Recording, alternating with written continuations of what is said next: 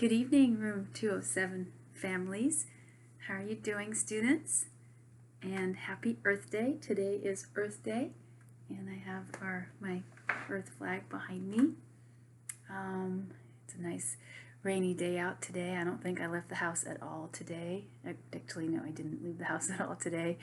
But I have been watching the rain, and we kind of needed rain. The ground was pretty dry, and I'm sure the plants and all the flowers in Seattle are happy to get rain. And I'm going to go ahead and read Crenshaw to you, and this is the last chapter in part 1.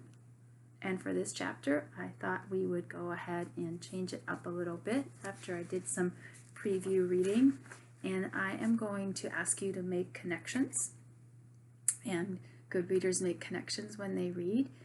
We can make text-to-text connections, and we can make text-to-self connections. And I'm going to show you how to make text-to-self connections. And then I want you to practice it as well, okay?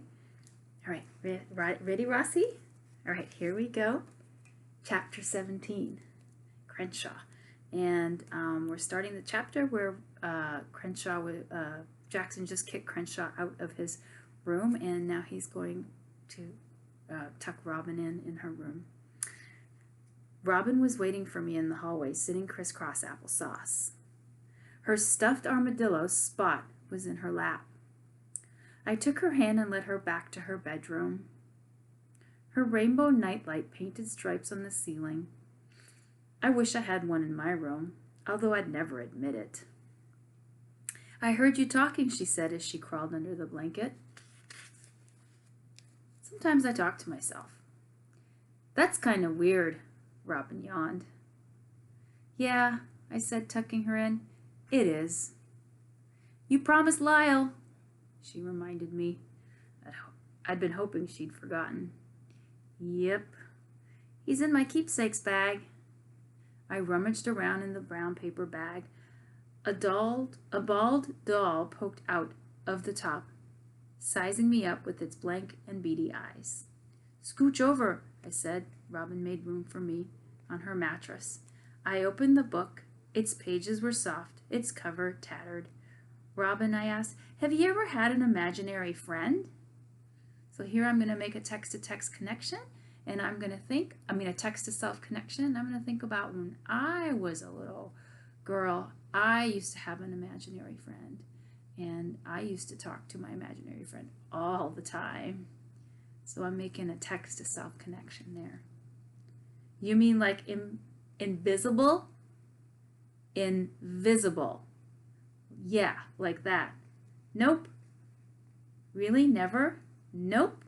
I have Lysandra and Jimmy and Kylie. And sometimes Josh when he's not being a boogerhead. They're real, so I don't need to pretend. I flipped through the pages of the book. But sometimes, when you're alone, I paused. I wasn't sure exactly what I wanted to ask. Like, say you're home and you don't have any friends over and you really, really need to talk to somebody who'll listen. Not even then? Now I want you to think of a text-to-self connection. Have you ever had an imaginary friend? And if you have, when was the last time you've talked to your imaginary friend? Nope, she smiled. 'Cause anyway, I have you. It made me happy to hear her say that. But somehow it wasn't quite the answer I'd been hoping for. Roxy. I opened to the first page. This is the house on East 88th Street. It is empty now. Like our house, Robin interrupted, only we live in an apartment. True. Jax, Robin said softly, remember when we used to live in the minivan for a while? Minivan. I used to live in a minivan. Rossi, you're so flexible. Do you remember that? You were just little. Do you really remember that? You were just little. Kinda, I remembered, but not really, Robin made Spot do a little dance on her blanket. But you told me about it, so I was wondering. Spot performed a backflip, wondering if we're going to have to live there again because Where would we go to the bathroom? I couldn't believe it. Robin was just a kid. How had she figured out so much? Did she spy on our parents the way I did? I can make another text-to-self connection there. Have you ever spied on your parents? Robin sniffled. She wiped her eyes with Spot. I realized she was crying without making any noise. I miss my things. I don't want to live in a car with no potty. And also my tummy keeps growling, she whispered. I knew what to tell her. She needed to hear the facts. We were having money problems. We were probably going to have to leave our apartment. We might even end up back in our minivan. There was a good chance she'll have to leave all of her friends behind. I put my arm around Robin and hugged her close. She looked up at me. Her eyes were shimmering. You need to tell the truth, my friend. Remember, that's what Crenshaw told him in the other chapter. Don't be ridiculous, I said. We can't live in our car. Where would we put popsicles? Besides, Aretha and Dad snore like crazy. She laughed, just a little.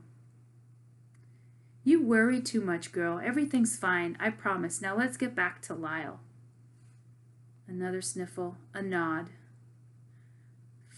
Hey, funny fact about crocodiles, I said. Did you know that a bunch of them in the water is called a float?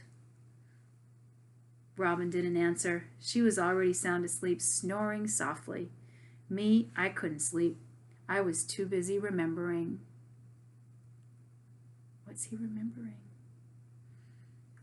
Okay, so there was a lot of information packed into that last chapter in part 1, and then tomorrow I'm going to start part 2 and make those text-to-self connections and text-to-text connections as well while you're reading on your own. Next time you read, tomorrow or later today.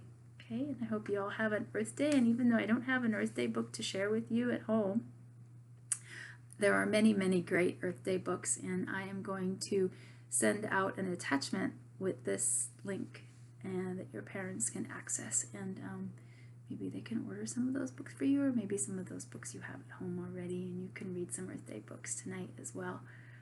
Have a good rest of your day, and yeah, I'll see you tomorrow.